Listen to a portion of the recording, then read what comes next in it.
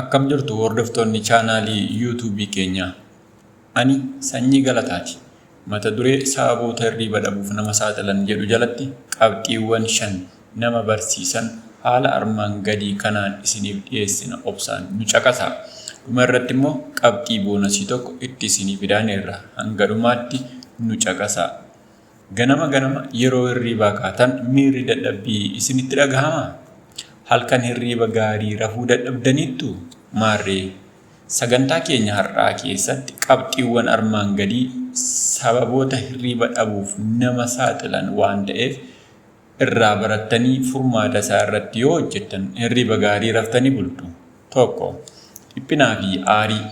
Dhiphina keessa yoo gallee fi yoo aarre sammuun keenya boqonnaa malee akka yaaduu fi dhiphatu ta'a. Sababa kanaaf qaamni keenya mijuu waan dhabuuf gara hirribaatti seenuuf ni rakkanna.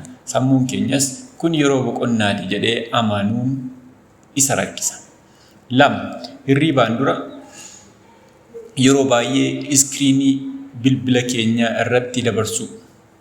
Yeroo baay'ee bilbila, taabileetii fi kompiitara irratti ija babaasaa yookiin immoo fayyadamaa yoo turre ifa uumama isaan irraa ba'u Blue light kan jedhamu sirna dhufaatii hirriba keenyaa balleessa. Haalli kun sammuun keenya ammallee guyyaadha jedhee akka amanuu fi hormoonii hirriba fidu nurraa balleessa. 3. Hirribaan dura kaafeen yookiin nyaata ulfaataa nyaachuu.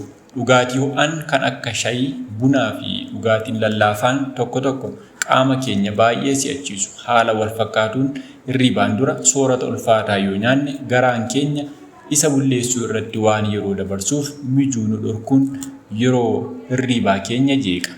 4. Ciisicha yookiin boraatii mijuu hin qabne yookiin kan namatti hin tolle.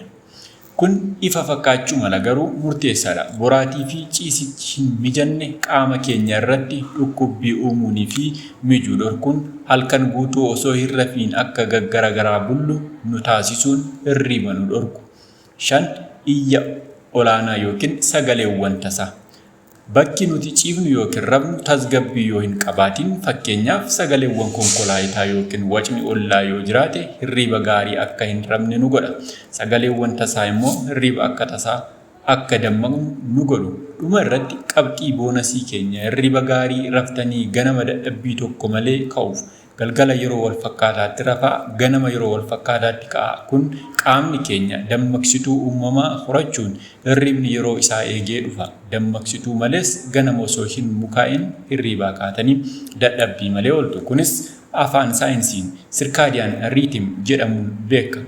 Egaa kabajamtoota hordoftoota keenya halkan hirriba gaarii rafnee akkan bulli kan nu godhan yookiin immoo ofirraa yoo ittifne furmaata hirriba gaarii kan ta'an waliin ilaalleerra. Kanneen armaan olii keessaa isiniin kan rakkisu kan kanaan dura kun hirriba nama dhorka jettanii waan hin yaadne barattaniittu yaada keessan koomentii yookiin sanduuqa yaadaa jalatti nuuf barreessaa. Waan nu hordoftaniif galatoomaa. Amma sagantaa biroon wal arginutti nagaan nuuf tura. Fayyaan dhabiinaa. Sagantaan kun nama barsiisa, nama bashannansiisa jettanii yoo yaaddan hiriyoota keessaniifis qooduu, laayikii fi sheer gochuu hin dagatiinaa. Nagaan nuuf tura.